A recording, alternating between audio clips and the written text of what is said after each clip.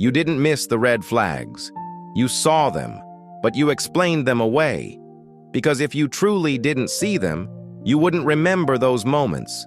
The hesitation, the discomfort, the feeling that something wasn't right. It was there. You just didn't treat it as important. You see it in real moments. They say something off and you think, maybe I misunderstood. They act distant, and you tell yourself they're just busy. They cross a boundary and you say, it's not a big deal. Each time, you adjust your interpretation. Not because you didn't notice, but because you didn't want it to mean something. For example, a new friend consistently cancels plans last minute, and you tell yourself, they must have a lot on their plate. Or a partner makes a dismissive comment about your feelings and you rationalize it as, they're just stressed. Perhaps a colleague takes credit for your work and you think, it's not worth making a fuss over. Maybe a date constantly talks about their ex and you think, they're just processing their past. Or a family member makes a hurtful joke and you dismiss it as, that's just how they are. A boss assigns you tasks outside your job description without discussion, and you tell yourself, it's an opportunity to learn.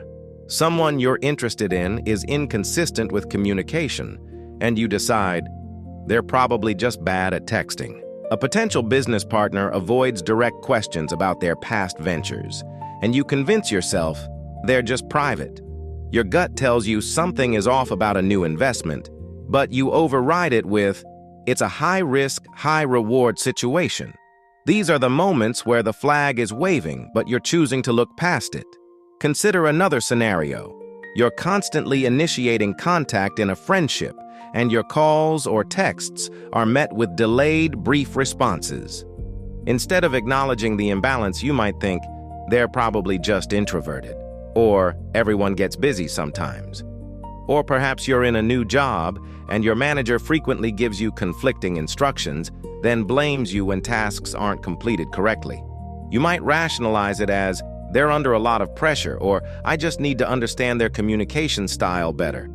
In a family dynamic, if a relative consistently undermines your achievements or makes passive-aggressive comments, you might tell yourself, they mean well, or that's just their way of showing affection. These are all instances where the initial feeling of unease is quickly overridden by a more comfortable, less confrontational explanation. This reinterpretation isn't a sign of weakness. It's often a protective mechanism. Our brains are wired to seek comfort and avoid pain. Confronting a red flag means acknowledging a potential threat to our comfort, our relationships, or our sense of security. It means facing the unknown, and that can be terrifying. So, we create narratives that allow us to maintain the status quo, even if that status quo is subtly eroding our well-being. We tell ourselves stories that make the uncomfortable truth palatable, delaying the inevitable confrontation with reality. That's the pattern. You don't miss red flags, you reinterpret them. Because accepting them creates a problem, and that problem forces a decision. What's actually happening is this. You're not avoiding the sign, you're avoiding what the sign implies. Because if you fully accept what you're seeing, you have to ask, do I stay or do I leave? And that comes with uncertainty and discomfort. So instead of facing that, your mind softens the meaning. As psychologist Carl Jung said, until you make the unconscious conscious, it will direct your life and you will call it fate. You think things just turned out this way, but there were moments you saw clearly. You just didn't act on them. If this feels familiar, there are more videos like this in the Relationships and Identity playlist. And if you want more perspective like this, subscribe to Daily Reset Lab. There's another layer. When you're emotionally invested, you want the relationship to make sense. So when something doesn't align, you explain it, justify it, and give it context. Because the alternative is accepting that something is wrong. And the more you've invested, the harder that becomes. So you don't ignore the red flag, you absorb it and make it fit into a story that allows you to stay.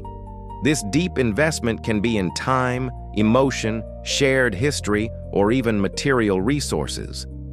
The thought of losing that investment or admitting it was misplaced can be incredibly painful. So we become expert rationalizers, weaving complex justifications for behaviors that, to an objective observer, would be clear warning signs. We might even start to blame ourselves, thinking, if I were just more understanding, or if I tried harder, things would be different. This self-blame further entrenches us in the situation, making it even harder to see the red flag for what it truly is. The problem isn't just about relationships. It extends to career choices, financial decisions, and even personal habits. For instance, you might notice a consistent pattern of burnout at work, but instead of questioning the job itself, you tell yourself, I just need to manage my time better. Or, everyone in this industry works long hours. Or perhaps you're repeatedly making poor financial choices, but instead of addressing the underlying issues, you attribute it to bad luck or the economy. These are all forms of reinterpretation, where the discomfort of facing a difficult truth is sidestepped by a more palatable, albeit less accurate, explanation. So the problem isn't that you didn't see the signs. The consequence is that you stopped trusting what you see. You replaced instinct with explanation, and over time that creates confusion. The shift is not to become more alert. You are already aware. The shift is to take what you see seriously. Next time something feels off, pause and ask, what does this show me? Not what you hope it means, but what it actually shows. Because once you stop explaining everything away, you start seeing patterns earlier. And when you see earlier, you choose earlier. This isn't about becoming cynical or distrustful. It's about cultivating a deeper sense of self-trust and honoring your own intuition. It's about recognizing that your initial discomfort is a valuable signal, a messenger from your subconscious trying to protect you. By pausing and truly listening to that signal, you empower yourself to make choices that align with your well-being, rather than being passively directed by circumstances you've chosen to ignore. This practice of taking what you see seriously is a fundamental step towards reclaiming agency in your life and building relationships, professional or personal, that are genuinely healthy and fulfilling. It's about moving from a reactive stance, where you're constantly adjusting to external pressures, to a proactive one, where you're consciously shaping your experiences based on your inner wisdom.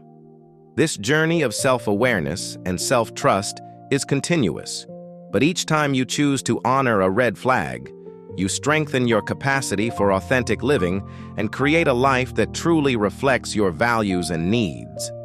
If this made you reflect, watch why you can't let go after a breakup.